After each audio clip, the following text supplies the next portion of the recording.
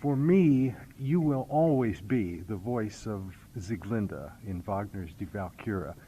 The recording that you made, which was the first complete recording of the Ring Cycle, you sang the role of Sieglinde, and not only did you sing it so beautifully, but your voice projects this sense of youthfulness, of sensuality, and to me that is such a beautiful characterization of Sieglinde.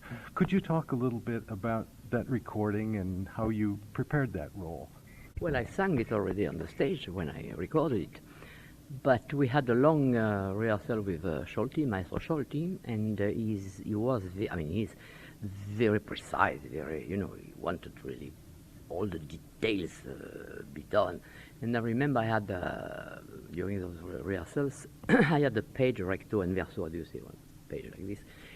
And I had 19 things to remember for a word, for a silence, for an intention, or vocal, or whatever it is. And we worked on that page for, I don't know how many, 25 minutes. And after those minutes, he said, okay, I got 18, it's okay. It will be the Crespin version and mine, and not mine. But he was really very demanding, very, very precise. But I must say, when the rehearsals were over, finished, he was letting you really go and follow you in a certain way. When he had indicated what he wanted, really, then he was really easy to sing with because he loved the voice. And that is very important. Mm-hmm. But what you said about Sieglinde, about the femininité, the sensualité, the useful, she must be like this. I mean, it is Sieglinde. And I don't know, maybe it was, I even cannot explain, for me too, it was almost my favorite part in my repertoire. Was it? Oui. And I felt really at home with that part. And also when I sang the Brunhilde with Karajan, I did it because of Karajan, because it was an interesting challenge in a certain way. But yet, I never thought I was going to sing Brunhilde for the rest of my life, of my life. And my part was really Sieglinde. And when I was singing Sieglinde, I went always of the second act to hear the Brunhildes, the one who was singing, mm-hmm. making an entrance with the Oyoto and so on. When I was singing Brunhilde, I couldn't stand hearing the Sieglinde. I was not jealous, it was not a question of jealousy, but it was, for me, impossible, which means that it was really my part. I mean, not my part, but the part I love the most. Certainly your part as far as I'm concerned. How do you go about preparing to sing Wagner any differently than any other opera, or do you indeed? Differently? You mean in preparation? Yes. No, not different, mm-hmm. No. Mm-hmm. No. You have to learn the part and put the voice, put the interpretation in, of course, but not differently than a Verdi or French repertoire. Of course, it is different, mm-hmm. but not in the preparation. I don't see anything different by learning a part. No. You made many recordings also of lieder and mm-hmm. of concert pieces. Did you prefer singing opera or concert pieces, or are they just so different? This is a big question. We have in French, part of French which is Bretagne, and we said the Breton, the people living in Bretagne, never say yes or no or half and half. So that is my answer to your question, because it was difficult to decide if I prefer opera or recital. It's completely different. The opera is totally extroverted with a part you act, you perform. In the recitals, it's a completely introverted things, and also you go only in one recital, in one evening, from a very light piece to a very dramatic one, from a French one to a German one, Spanish, English, whatever you sing in. And this is another challenge in another way. I mean, you have to create a little act which is for 2 or 3 minutes, and then you go to another one, and then so that is not the same thing. I mean, if you sing, say, Tosca, Tosca is always the same all over the opera. I mean, she many things happened to her, but she's still Tosca. Instead, in a recital, you have to, as I say, be a kind of, how do you call a chameleon? Chameleon? You know, the animal who change the color. Oh, chameleon. Chameleon. Yes. See, Mhm. you have to try the French word with an English accent. Sometimes it works. And, but yet, I don't know now if I didn't prefer the recital in a certain way, because, as I said, at an opera, you are not alone. You have the orchestra, the other singer, the conductor, the chorus, the costumes, makeup, wigs, and so on. In a recital, in a certain way, you are almost exposed, almost nude in front of the public, and you have to create yourself by yourself, you alone with the pianist, of course, in a mood you want to give, to bring in. And it is both more difficult in a certain way, but more rewarding, you get more pleasure by creating all those little pieces of a song. So I think I prefer that. And it is also more, in a certain way, more difficult, because the voice has to be really very expressing the feeling, the color, the different styles of the authors. And it is a big challenge, but rewarding, I might put it. Another one of my favorite recordings of yours is the recording you did of the Ravel Scheherazade song cycle. You are not the first one to say that. I'm pleased anyway. Your voice seems to suit that music so well. Was that something that you felt? Did you have particular affinity with that music when you recorded it? When I recorded it, not really, because I sang the Scheherazade, but I never sang before recording Les Nuits d'été. And I learned it, of course, but it was a little, how can I put it, a little surprising in a certain way, because the recording was done in Geneva with Ansermet, and it was a very funny situation, because it was in a hall, and I was in the hall, the orchestra was on the stage, and Ansermet too, but he was turning his back to me. We couldn't see each other. We couldn't look at each other. Oh. So it was a little tricky, and I thought, my God, this recording is going to be a catastrophe. And then finally it was a fabulous one, and I have to admit it is a good one, because it is on the cell since, 20 years, 25 years. And I must say that all the poor singers who are singing those pieces after that recording, they have, how do you say, a croix, to stand up. Oh, she's good, or but Crespin, and I really, I'm sorry for them in a certain way. But I must say it was a success, and you never know it, finally, when you do a recording, if it is going to be something very good or not. You never know. It's a kind of miracle in a certain way. Of all the many roles that you sang in opera, what was the most rewarding? Oh. You mean in which sense? In which? The one that gave you the most pleasure. Many. It's difficult to name one or two. For instance, we talk about Sieglinde. I love that part. Tannhäuser, for instance, Tosca, Rosenkavalier. It's difficult to pick up only one. If I have the choice of 5, it's okay. With one, I cannot name it. It's too difficult. Perhaps let's talk a little about the role of the Marschallin in Der Rosenkavalier. That is a magnificent recording. I have played that on the program many times. Yeah. I wonder if you could talk a little bit about that character. It's a character you never stop to work on, because it's very, not complicated, but very subtle. How do you say subtle? Subtle. Mm-hmm. And for instance, I remember when I sang the first time this part, I was maybe 27 or 8, and I was too young probably. And the critic said, well, she will be probably a very good Marschallin, but for the moment she's too young. I felt the part already when I sang the first time, but yet little by little you get into it, and you dig some, I could do that, or maybe she's not acting this way, or maybe she should react that or this way.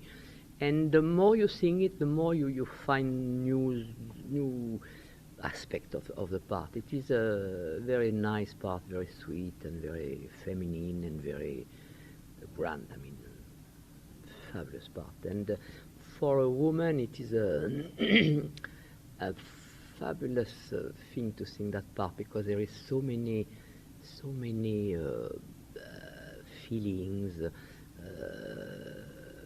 When she enjoys to be with the young boy, then when she's sad because she thinks she's getting old, then she is very generous and gives this young boy to the young girl, and it's a lot of facet. How do you say facet? A lot of aspect of a human being and of a woman, which is very fascinating to look for, to search, to find the right expression, the right color on a certain vowel or on a certain word or a note.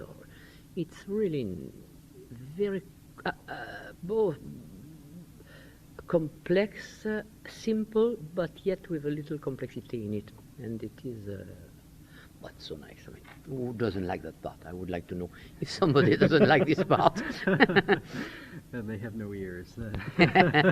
And for me, it was my good luck part, because every time I was doing my debut somewhere, it was with Rosenkavalier. It's amazing. Right. The Met, Vienna, Berlin,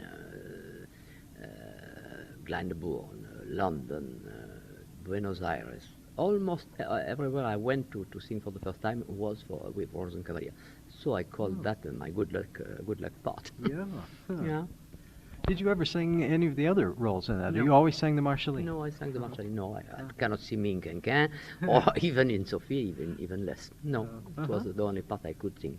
When I did my debut at the Met, it was Lotte Lehmann who sang the three parts, and she was staging for the three women. But I sang only the Marschalline. No. Now, one thing I have to say to a radio audience is the difference between your singing voice and your speaking voice is so tremendous. It's incredible. How do you explain that? I always had a very low voice, and that's why when I was singing, I couldn't talk the day I was singing, because I was singing so low, and all my throat doctors told me, speak high, speak light. I said, could you hear me speaking light? I couldn't. But since I stopped some years ago, I'm smoking, and I have to admit it, and that is not nice for the voice. I mean, it's not good for the voice.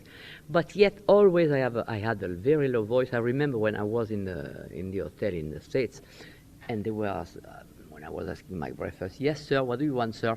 And I didn't say a word, but at the end, what is your name? I had to say Mrs. Crespin and not Mr. Crespin. And always, oh, sorry, I'm sorry. So I'm used to that. Everybody's told me that. It's very, very unusual. But so obviously you use a different part than of your vocal cords for singing or for speaking? In fact, when I speak, I don't make the effort to look for a higher position, which should be that, but it tires me. So it's so easy to go, to let the voice go when it has to go, where it wants to go. I don't care. When you sing, you have to care, of course, and to pay attention. But and it is part of my charm, after all. You are now doing a great deal of teaching. In fact, that's why you're in San Francisco right now, to do these wonderful classes that you do.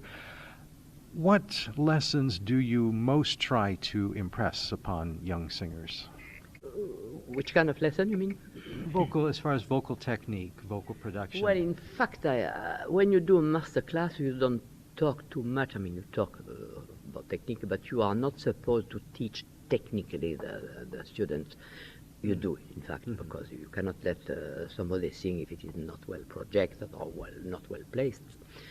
But in fact, I should take care more of the interpretation of the meaning of the words, or what is the situation in the opera and so on. But yet, across those, I touch a little bit the technique, because, as I said, if it is not right, I have to I am too honest not to say a word. But in general, what can I say? I ask them to be honest first with the music, with the singing business, with the technique, to to be humble. How do you say humble? Not arrogant in a certain way. And even if you have a big success one night, you should not always do it, but you should next day say, okay, I had a big success, I sang that well. Well, what did I do wrong? Why? And always ask yourself question yourself. What is it? What do I feel? Why did I do that? Why I didn't succeed to do this? Question all the time, and be curious.